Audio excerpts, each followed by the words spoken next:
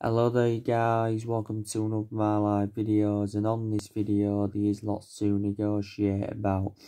I am going to be giving you the latest news regarding Bruno Fernandes and what has come out and said.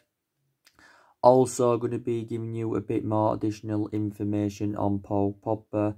Going to be giving you the latest news as well on Chris Smalling, because there is huge developments regarding Chris Smalling. I'm going to be talking with you a bit more about Jadon Sancho. So the first topic I'm going to start with is Bruno Fernandes. So I think, was it earlier on this week or last week, Bruno Fernandes revealed what convinced him, to sign for Manchester United. And what convinced him to sign for Manchester United was Ole Gunnar Solsajker, reflecting on Ole Gunnar Solskjaer's attitude. Now, obviously as well, Paul Scholes has given his verdict on Bruno Fernandes. And he's actually compared him to Eric Cantona, who of course is a former Manchester United player. Also, he did say that he's a version of Kevin De Bruyne, Bruno Fernandes. And, he just believes, as Paul Scholes, that he's made a huge difference in the team. And Bruno Fernandes has made a huge difference in the team. And Solskjaer has been urged to build a team around Bruno Fernandes. Now, Bruno Fernandes has enjoyed a fantastic start to his Manchester United career. He has, 3 goals and 4 assists so far. I think, we just need to keep him in his predominant position, because, if Man United were to, put him as a central midfielder, or if it was to put him as a holding midfielder, that's when he could become a liability. So we just need to keep Bruno Fernandes in his predominant position. He's very, very instrumental. His decision-making is very, very good. Don't forget, reflect on his good run of performances. He won Premier League Player of the Month for February. And, we paid around £65 million for him, with add-ons included. And don't forget, he has got a 5.5-year contract with the football club. But definitely, Bruno Fernandes is the best player I think we have recruited in since the Alex Ferguson era, and we've recruited over 30-odd players in since the Alex Ferguson era.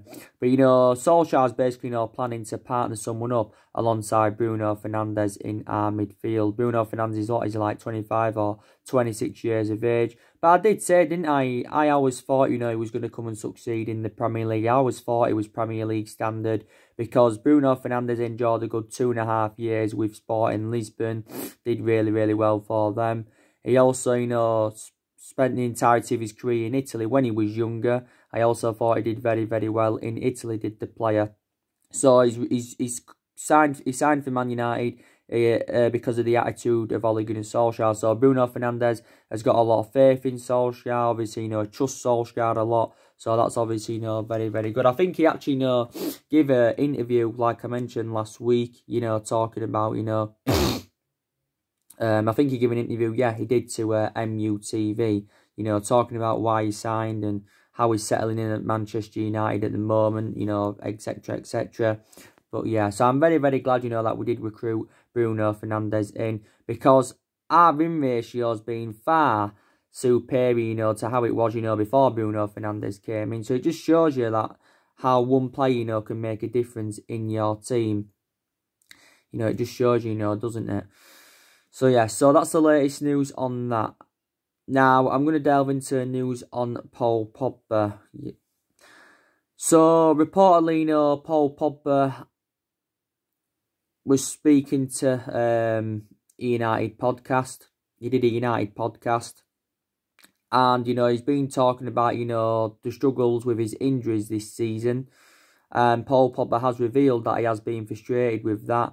But Paul Pogba, says, reflecting on that, is when he does, return, he's going to be much stronger. So that's obviously, positivity, because I think Paul Pogba will play again for Manchester United. Now, don't forget, Paul Pogba did have the surgery on his ankle back in January. Paul Pogba's been out with injury for quite some time. The last game Paul Pogba started was back in September. And I think since then he's only made 2 substitute appearances. The last game Paul Pogba played was Boxing Day in the 4-1 win against Newcastle. And I think he also, what was the other game he played in now? and I think he played in, was it the Rochdale game, if I can remember rightly?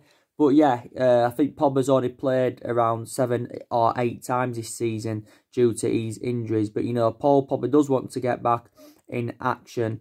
But, he's sustained quite a few injuries during his Manchester United career as Paul Pogba.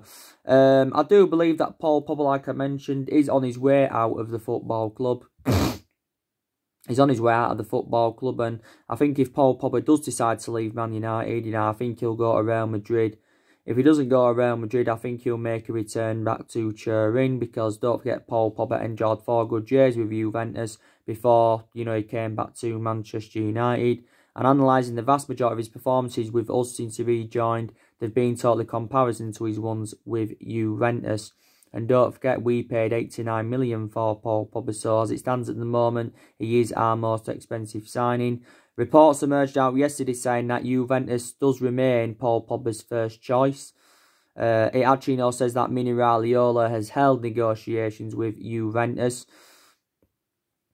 He's held negotiations with Juventus and that. But Mino Raiola anyway has been talking a lot since the turn of the year. And Man United have been very, very critical of him, reflecting on some of his comments.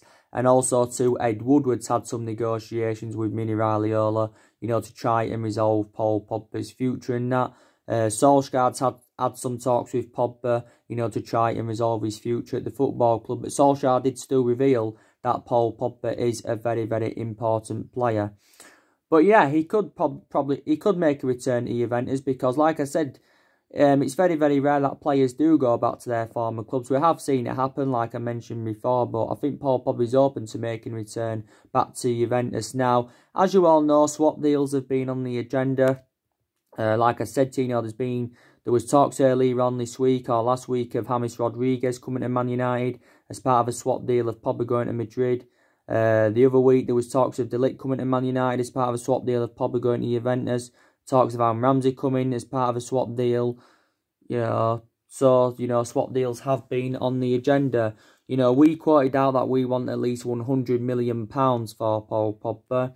I think it said the other day that his actual valuation had dropped.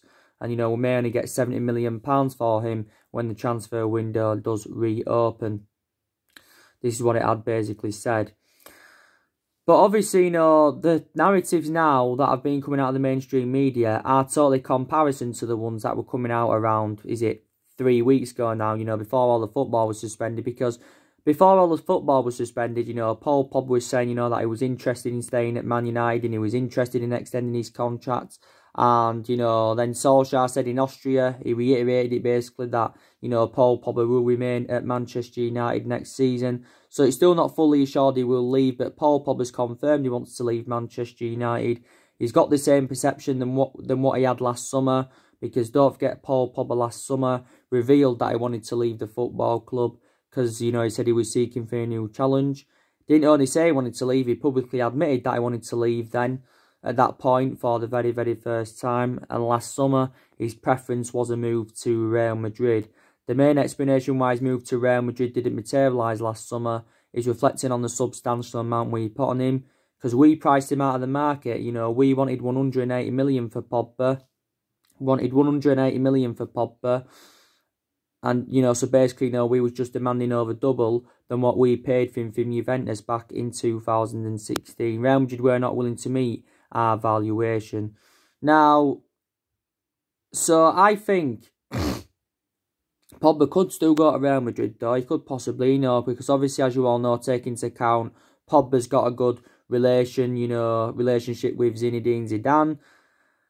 Also too, don't forget, Mino Raiola's also got a good relation with Real Madrid. So let's just put that into the equation. And Paul Pogba was talking a lot last year about, his dreams of playing under Zinedine Zidane at Real Madrid and stuff like that. But I think Real Madrid have identified Paul Pogba as their #1 priority target.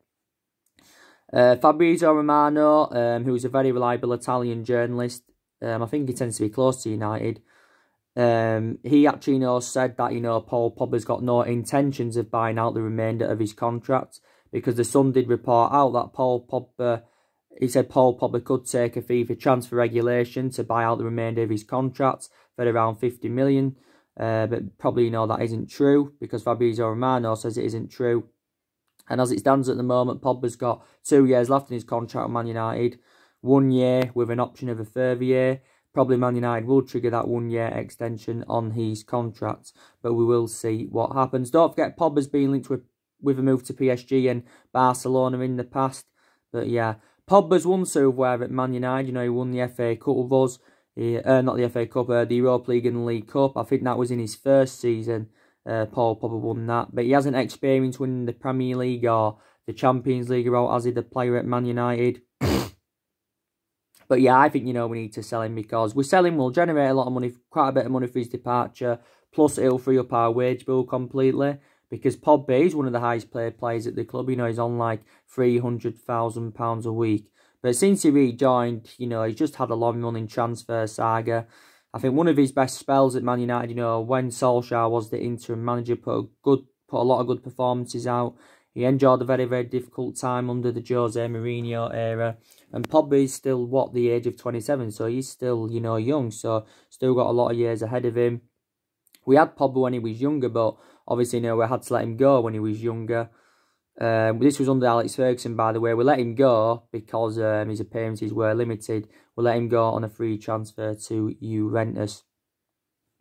But yeah, so Paul Pogba, you know, has spoken about his struggles with his injuries this season, and he says, you know, he says he'll come back stronger, you know, when he does return, and when the football season does eventually resume, Paul Pogba, you know, should be back in action anyway, and I think Paul Pogba, you know, should go well alongside Bruno Fernandes in our midfield. So that's the latest news on him. But there's been a few players in our agenda that could replace him, like I mentioned. There's been talks of Serge Milinkovic-Savic from Lazio replacing him. He'll cost us around £87 million. You know, there was talks the other week of Sol Niguez coming in and replacing him. But who should replace him at the football club? Now, the news, let's delve into the news on Chris Smalling. Maybe I think some Manchester United fans recently, you know, would have updated you on it. So, this is stemming from The Sun. I know The Sun isn't a reliable source, but this is stemming from The Sun. They are basically, you know, saying that Chris Smalling now is expected to return to Manchester United after his loan spell with Roma. As you all know, last summer we sent Chris Smalling out on loan to Roma. After, you know, Smalling endured, of course, 9 years at Manchester United. He was a very, very long-serving player. Don't forget, you know, we got him from Fulham back in 2010, Chris Smalling. I think he made over 300 appearances for the club in all competitions. Now, I think, you know, we actually, you know, want to get rid of Chris Smalling on a permanent transfer. I did say, didn't I, was very, very sceptical, you know, that he would come back to Manchester United. But to be fair, I think Chris Smalling's been a revelation in Italy for Roma, and Chris Smalling's keen on staying there on a long-term basis, and I think Roma are keen on getting him on a permanent basis.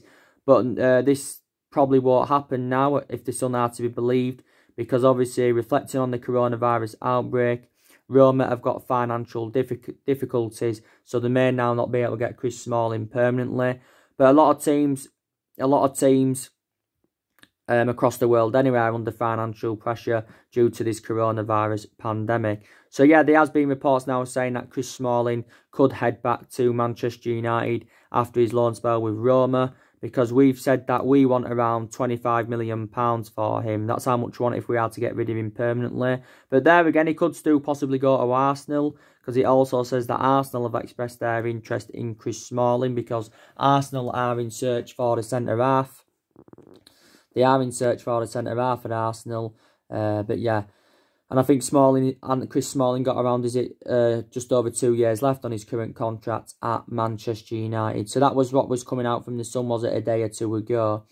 But, you know, I don't think we need Smalling anyway, you know, because I think Solskjaer's in search for a centre-half, but I don't think we need Smalling back, because as it stands at the moment, you know, we have got a lot of centre-halves in the team. We've got Harry Maguire and Victor Lindelof that are our first-choice centre-halves. Obviously, you know, we've got Bay and Tuanzebe that are our backups. You know, we've got Fosu-Mensah that he can play as a centre-half as well. You've got Tuanzebe that can play as a centre-half. Jones is one of our centre-halves, but I think he's one of the players that's expected to leave when the transfer window reopens. So, yeah, there's a lot of centre-halves in the team. So, I just don't see the point as, you know, bringing Chris Smalling back. We've got Rojo out on loan at Estudiantes. I think, you know, we're going to negotiate on getting rid of him on a permanent transfer. Yeah, we did loan quite a few players out, didn't we? But, you know, that's the latest news on Chris Smalling. Now, let's delve into news on Jadon Sancho. You know, I've been keeping up to date of what's been going on with Jadon Sancho on a regular basis. Now, Borussia Dortmund have come out and, you know, they've given their overarching view on this. And, you know, they believe that we are emerged as the favourites to sign Jadon Sancho when the transfer window reopens. Now, Jadon Sancho's preference is a move to Manchester United. And the main explanation for this is, you know, reflecting on the friendship he has got with Marcus Rashford. Because he's got a very, very good friendship with Marcus Rashford as Jadon Sancho. And obviously, you know, I think he was playing FIFA 20 with him on Friday. So, you know, that did fuel a bit more speculation up. Obviously, you know, Borussia Dortmund do remain ruthless over their valuation. You know, Dortmund have quoted out that they want at least £100 million for Sancho. We'll probably end up, you know, paying £120 million for him. But either figure is going to make him a record signing in the Premier League, and it's going to make him our most expensive signing. I think the most expensive British player in history. Yeah, it is. It's going to make the most expensive British player in history. You know, what number, you know, do you think he should fulfill at Man United if he comes in? You know, I think, you know, he'll get given the number 7, because I think Jadon Sancho will operate very, very well in the number 7, if I'm going to be quite honest with you. We have been working on Jadon Sancho's contract for around a couple of months now. Like Fabrizio Romano broke out a couple of weeks ago. I think we're willing to offer Jadon Sancho around £400,000 a week. So that's obviously, you know, going to make him the best paid player as well as the most expensive signing at Manchester United. 400 grand a week, that's double than what Marcus Rashford's on, because Rashford is on like £200,000 a week at the football club. But yeah, I'm excited, you know, about Jadon Sancho, you know, coming. I think he's going to be our first signing when the transfer window reopens, and our 6th signing overall under the Ole Gunnar Solsajker era. But he actually, you know, did say recently, you know, if Manchester United if we were to fail to qualify for the Champions League, then, you know, Jadon Sancho would reject to move to Old Trafford. Now, Paul Merson's also give his verdict on Sancho, and he doubts that Sancho will make a move to Man United, because maybe he believes, well, it's because of the coronavirus, but maybe believes as well that we won't pay up to £100 million for the player. But yeah, he's one of our number 1 priority targets is Jadon Sancho. He is predominantly a right winger, and of course Manchester United are in search for a right winger. Jadon Sancho has expressed an interest from quite a few clubs, not only Man United. You know, Chelsea have been in for him. Don't forget, Chelsea, I think, did business with Dortmund before, because they got Christian Pulisic, didn't they, last summer. Also, too, Liverpool have been in for him. I can't see Liverpool getting him, because Liverpool would have to sell one of their attacking trio in Salah, Firmino or Mane to get, you know, Jadon Sancho. So Jadon Sancho could get game time week in, week out. But a few clubs have been in for him, but I think he does want to come to Manchester United. And Rashford revealed that he wants Jadon Sancho at Manchester United next season, because Sancho, you know, alongside Rashford and Martial, you know, I think they would be a great attacking trio. They complement each other really, really well. And Sancho is only at the age of 20. He just recently turned 20 years of age as Jadon Sancho. And he's now into his 3rd season at Borussia Dortmund. And I think since his arrival in Germany, he has been a revelation, if I'm going to be quite honest with you. Still under contract with Borussia Dortmund until 2022. So around 2 years as it remained on his contract. Dortmund will make a huge profit on the player, because Dortmund only paid 7 or 8 million for him from Man City. He did enjoy 2 years at Man City, but didn't get assured any first team opportunities, and that's the main explanation why he left City to join Borussia Dortmund. But Dortmund have come to accept the fact, you know, he wants to leave. You know, Sky in Germany reported that out back in February this year. And Dortmund have got, you know, they're looking for an adequate replacement for him. Ferran Torres has been on their agenda from Valencia, who could replace him. You know, Jude Bellingham has been on their agenda. You know, don't forget, he's another priority target for us as well, as Jude Bellingham. But yeah, I can see Man United, you know, signing Jadon Sancho. So that's a very, very good news indeed. Very, very good news. So, as you all know, our transfer budget has been revealed and we are going to be given it, well, Solskjaer is going to be given £150 million to spend on bringing more players in. Obviously, the vast majority of that 150 million is going to go on Jadon Sancho if we get him. Then, Odion Ighalo, let's put him into the equation as well. If we are to get Odion Ighalo on a permanent transfer, that's going to cost us around £15 million. So that will add up to £135 million. So that means we'll only have £15 million to spend. But obviously, we're planning to get rid of around 5, maybe 6 players when the transfer window reopens. So obviously, if we sell players, our transfer budget will increase. It will increase, our transfer budget. But it's not actually assured as yet that we're going to get Odion Ighalo on a permanent basis, because don't forget, according to recent reports, it did say from Sky that Odion Ighalo has revealed that he's not received any offer yet from Man United to extend his stay at the club. I think we'll probably extend his loan until the 30th of June due to the coronavirus pandemic, because Odion Ighalo's current loan spell with the football club ends on the 31st of May. We paid around 3 or 4 million to get Odion Ighalo on loan, and we're like paying the third of his wages. But Odion Ighalo's enjoyed a fantastic start to his Manchester United career. He's got 4 goals in 3 starts for the club. He's a good cover-up to Rashford. He's the vocal point, and he's totally comparison to our other attacking players. But it wouldn't be £15 million to get him permanently if he was like 4 or 5 years younger. It'd cost quite a bit more than £15 million. Shanghai Shenhua the other week, they came out, and that's his permanent club, by the way, and they came out and offered him £400,000 a week plus a 2-year contract extension to convince him to turn down a permanent move to Man United. So it isn't assured yet we'll get Odion Ighalo on a permanent transfer. But I think Ighalo did reveal the other week that he wants to stay at the football club, because don't forget, he's a lifelong Manchester. He has been, he's a lifelong Man United fan. He's been a United fan since, he was a boy. So let's just put that into the equation and that. But yeah, so we get Sancho. I'll be very, very delighted, like I mentioned. I liked what Ole Gunnar Solskjaer recently said as well, because he insists that we will exploit the transfer market when it does reopen. Because Solskjaer does believe, that we can get the right players to Manchester United. He believes that. Because obviously he knows a lot of teams are under financial pressure, and he knows teams, will have to offload some of their players and stuff like that to generate money. And, this is, I understand, where Ole Gunnar Solskjaer is coming from on that. But I think, Solskjaer's looking to make around 4 signings in the summer, because I think he believes we need around 4 signings to become title contenders next season. I definitely expect us to enjoy a better season next season, than what we've enjoyed this season and that. But, we've just got to get the right calibre players in when the transfer window does reopen. If Solskjaer is still Man United manager when the transfer window reopens, it will be his 4th transfer window as Manchester United manager. Because so far, Solskjaer has enjoyed 3 transfer windows at the club, and he's spent, of course, £220 million on 5 players. He got them 5 players in 2 transfer windows, because in his first transfer window, I don't think Ole Gunnar Solskjaer recommended anyone in. But like I did mention to you guys, I think Solskjaer does deserve at least a couple of more transfer windows, and he does deserve at least another season at Manchester United.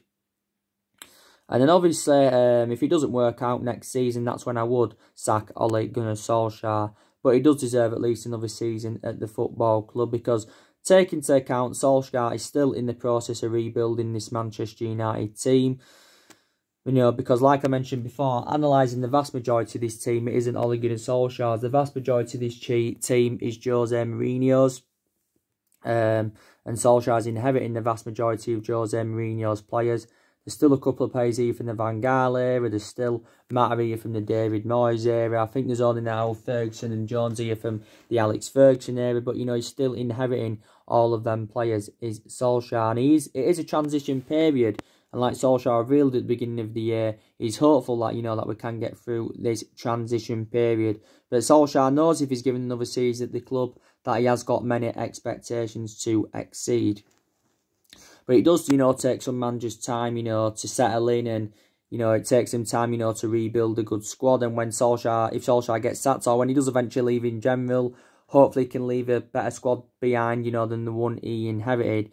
Now, like I said to you, Ferguson, he didn't win out in his first 4 years at the football club. you know, when we recommended him in from Aberdeen. And obviously, you know, our boards and that were talking about, you know, sacking him. And I think Ferguson was one game away from getting the sack, but he didn't. And then look what he accomplished, you know, after he didn't win out in his first 4 years. You know, won the vast majority of Solsajker under Ferguson. Developed a lot of young players. And one of the greatest managers of all time, definitely, Alex Ferguson. And obviously, me and George, 26, 27 years at Man United as well. You know, Jurgen Klopp didn't settle in straight away at Liverpool. It took him time to emulate to the level that he's at now.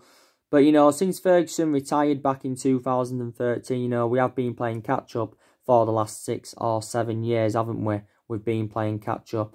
You know, we've had different managers with different philosophies. We've obviously, you know, sacked 3 managers since the Ferguson era. We sacked Moyes, we sacked Louis van Gaal, and we sacked Jose Mourinho. And obviously, you know, we spent nearly in the £1 billion range in the last 6 or 7 years in all the managerial eras. Nearly £1 billion on recruiting new players in. Not only that, you know, I think we have got the highest wage bill in the Premier League. But yeah, so we've recruited, like I said, we've recruited over 30-odd players in since the Ferguson era. For Moyes only enjoyed the short tenure at the club. He only enjoyed 89 months at Man United. His record was disastrous. Ferguson was at the fault for ever recommending him in, but the main explanation why Ferguson recommended him in is because they were both Scottish. But we knew he was never going to succeed at Man United, even though Moyes did well at Everton before he came to United. But he only managed to bring 2 players in, did Moyes. You know, he only brought Juan Mata and Fellaini in. Juan Mata's still here, but Fellaini's no longer here now. He left in January 2019. And under Van Gaal, you know, he lasted longer than Moyes. You know, he brought a lot of players in, did Van Gaal. Didn't he bring a good 11, 12 players in, if I'm right? He brought the likes of Falcao, Schneiderlin, Schweinsteiger, Di Maria, Daley Blind, Memphis Depay. And there's probably a few others as well, but he did bring quite a lot of players in, did Louis van Gaal. But the vast majority of the players Van Gaal brought in have now gone. And like I said, you know, Mourinho recommended a lot of players in. There's still 9 of those players now here from, you know, the Jose Mourinho era. And we've also lacked silverware. You know, we've only won 3 trophies since Ferguson retired, and that was the FA Cup under Van Gaal and the Europa League and the League Cup under the Jose Mourinho era. We haven't won the Premier League since 2013, so we haven't won it now for 7 years. The last time we won it was in Alex Ferguson's last season. We won it that season. We won it in Alex Ferguson's last season. Because of Robbie Van Persie, you can say, reflects on the amount of goals that Robbie Van Persie had scored that season for Manchester United. But yeah, we have been playing catch-up for the last 6 or 7 years. But, you know, we are still one of the biggest clubs in the world, like I mentioned. We have a fantastic history. We are the most successful team in England with 20 titles, 13 of them Premier Leagues. And I think, you know, we can win the title within the next 2 to 3 years, you know, providing you sorry, you know, that we can get the right players in. But I don't think we'll win it going on into next season. You know, I don't think we'll win it going on into next season. I really, really don't. But Solskjaer, you know, does deserve more time at the club. And I've been very, very critical of him this season. I was very, very critical of him earlier on in the season. So too were a lot of Manchester United fans. But I've got to credit him, you know, for the players that he's recommended in so far. He's also got rid of a lot of the deadwood. That's also another positive, because I think a total of 9 players have left since he came in. Some went on permanent transfers, some went out on loan.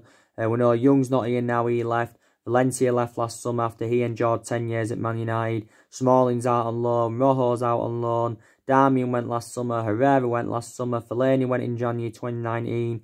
Lukaku went last summer to Inter Milan. Sanchez is out on loan at Inter Milan, but like I said, he's expected to stay now at Manchester United, is Sanchez.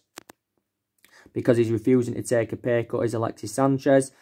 Dean Enton's out on loan, but he's also expected to come back to Manchester United after his loan spell with Sheffield United. There was talks before saying that, you know, Dean Enton could become our #1 goalkeeper. Probably De Gea will remain our #1 goalkeeper.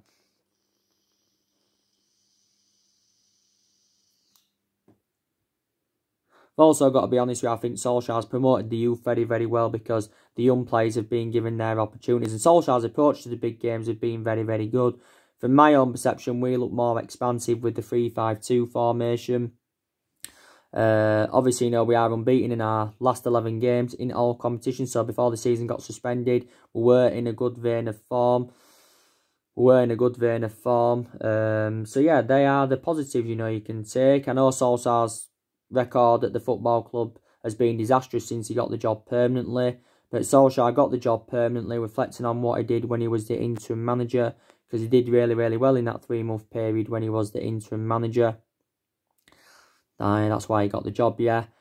Also, too, we've enjoyed our worst start ever to a Premier League season this season. So we've enjoyed our worst start ever to a Premier League season for 30 years. We haven't been so good against lower opposition. But, you know, these definitely know some negatives. And Solskjaer is inexperienced as a manager. But the longer he remains in the Man United job, he's going to gain more experience, which is very, very good. Man United is the only third club he's managing in his managerial career. But if he wasn't to work out under Solskjaer, you know, who do you think should be Manchester United's next manager? You know, that's what I do want to know.